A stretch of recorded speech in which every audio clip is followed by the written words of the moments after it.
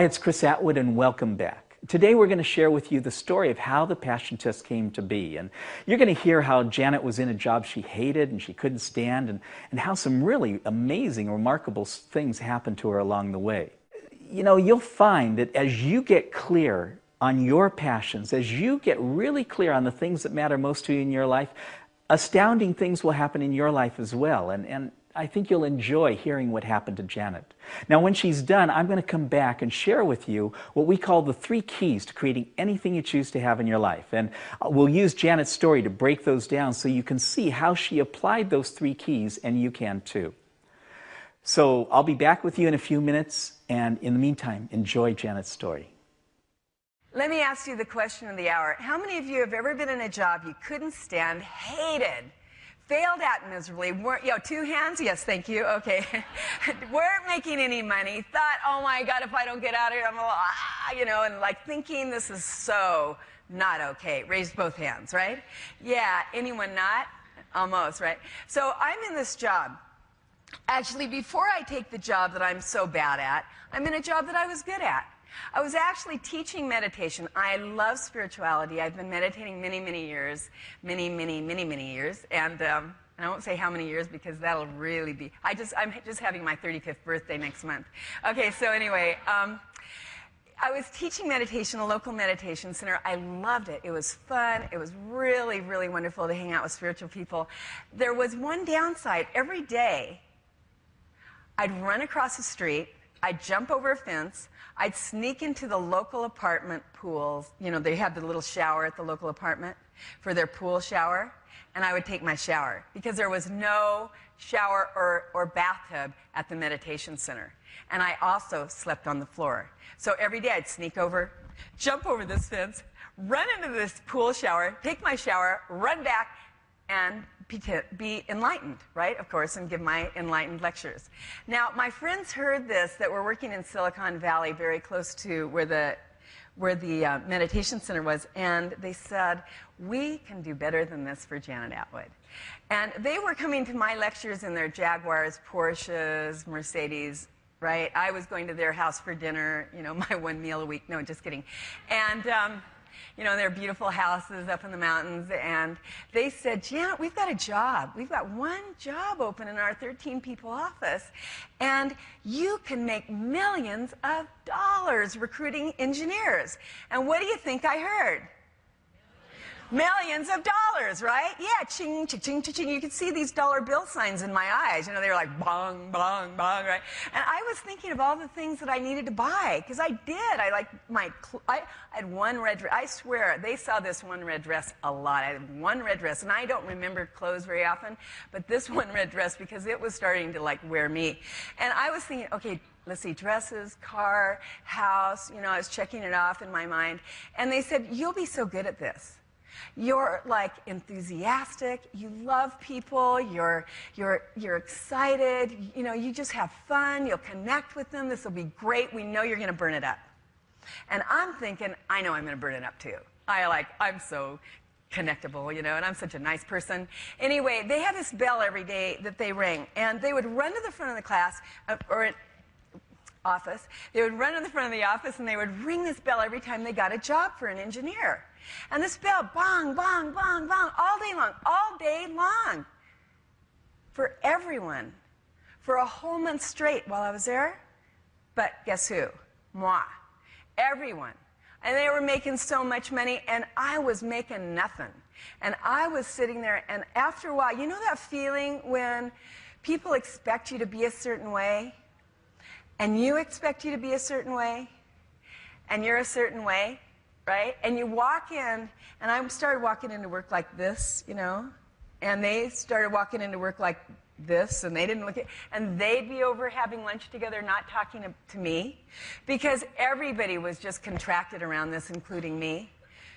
And I was thinking, I've got to do better than this. This is so not okay. And every night after work, I would go to the local meditation center. I would meditate. And I started really, really thinking, okay, this is so awful.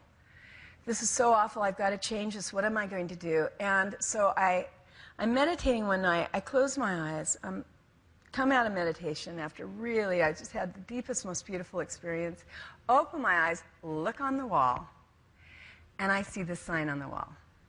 And it says, Yes to Success seminar in San Francisco. And I think, okay, that's it. That's my sign. I've got to do this. I've got to go to San Francisco. I've got to go and take this seminar because I need something. And any of you ever lie to not be to work? Be at work? Anyone here? Come on, all of you liars. Okay. All of you liars who aren't lying. Okay, so anyway, so I call in sick, and I am like, I can't come, and I do this whole really fake, awful, sick thing, you know, Little Miss Janet actress, and I'm so happy because I hang up, they bought it, and I drive to San Francisco, and I sit down in the front row, just like all of you, of the seminar. And this woman walks in, and she is like this. You know that feeling? And she is like, yeah, yay! And she's talking about all of these great things that are really important. And the most important one was being in your integrity and doing what you care most about and really owning it and having that courage. And as she's talking, I'm like about 6 feet off the chair because I have this huge aha that I want to do what she's doing. I'm like, oh my God, I found it. This is the gift. This is what I'm supposed to be doing. And as she's talking, and her name, by the way, is Deborah, who? Yeah, so she's talking, and I am like so excited, and I'm thinking, oh God, I've got to ask her if I can be her student, if she'll let me come to work for her, if I can just somehow be around her energy so I can do what she's doing. And so I'm waiting the whole seminar. The whole seminar, I'm waiting for that moment. You know that moment? You know that moment is so important, isn't it? That right moment, and it's not coming, it's not coming. And it was actually, by the way, sidebar, in that seminar, when she was talking about a survey that talked about the 100 most successful people in the United States. And in the survey, what they found was that all of them were living what they considered to be their top 5 passions. So there was, and that was when I actually grogged the passion test in that moment. But the most important thing, other than the fact that that was the birth of that thought, was I wanted to be like her. So I'm waiting for that perfect time at the seminar to go up to her and see somehow how can I be with this woman. And finally at the end of the seminar she goes, can anyone take me to the airport? Yeah! You know, and she's just like, stalker? You know? And I said, I will. And she goes, okay, all right, you know? And so I take her to the airport, and I'm waiting for her to, you know, have that moment. And finally, Deborah turns to me, and she says, so, and you know how beautiful she is, right? So, what is your dream? You know, what is it? And I said, and here's Janet Atwood's answer, I am so glad you asked me because if you don't hire me, you better move over because I'm going to be your next competition. And she looks at me, and they call her plain. I swear, it all happened at once. La la la la la. You know that moment where you want to just like, oh, please, foot out of mouth. Anyway, she looks at me and she gives me a hug. They call her plain, and she walks away. And I am standing there with the foot in my mouth, so big time, and thinking, yeah, oh my God is right. You know, like, did I do that? But here was the thing. I was so clear about what I wanted to do, right? About being with her and learning this and doing this, that I thought, it's okay. It's okay. It's okay. It's all right. You know how you do that? It's okay. You just screwed up your whole life, but it's okay. Anyway, so I'm, no problem, dopest. No, just kidding. Okay, so anyway, so I'm driving that night back to the meditation center. And I think, no. I am so clear. I know that this is really important. Okay, I know what I'm going to do. I know, and I'm having this whole conversation with myself. I'm going to follow her all over the United States. That's what I'm going to do. She's on her national tour. She's going to Boston, Washington, D.C. She's going to Iowa. She's going to Los Angeles. She's going to all these places. And I'm going to somehow, even though I am like so broke, somehow I'm going to get all the money I need. I'm going to buy these plane tickets. I'm going to sit down in the front row. And somehow she's going to have to hire me. And I'm going to keep following her, stalking her until she does, right? And so anyway, that night when I get back to the meditation center, I'm meditating. I come out of meditation, and my friend's there. And she looks at me and she goes, "So what's new?" I said, "What's new? What's new?" You know, and I do this like, my drama thing. "What's new?" I said, "Everything's new. My whole life is new. I know what I'm going to do. I found this woman. I'm going to follow her. I don't know how I'm going to follow her because I'm minus money. But I know I'm going to do it. I don't know how I'm going to do it." And then I told her my story. I said, "This is my plan." And she, you know, she goes, "Oh yeah, you know, okay, night, bye." Okay, and then Deborah, I'm driving to work the next day, and Deborah said a lot of things. One of the things she said, get rid of all the old. So that night when I got back, and I don't think I've told you this, anybody ever this before, but that night when I go back to my house, get rid of anything that you don't want so you can make for new. So I was living with this roommate named Nancy. Nancy got almost every clothing I had, right? I just took them all in the front room, put them in a pile. There, Deborah said, get rid of the old so you can have the new, right? I think I had 3 outfits left. That don't do. Okay, so anyway. So I drive to work the next day, remembering Deborah says, burn your bridges, burn your bridges. So I'm thinking, okay, big bridge that's in the way, you know, whatever's in the way of you living your passion, burn it.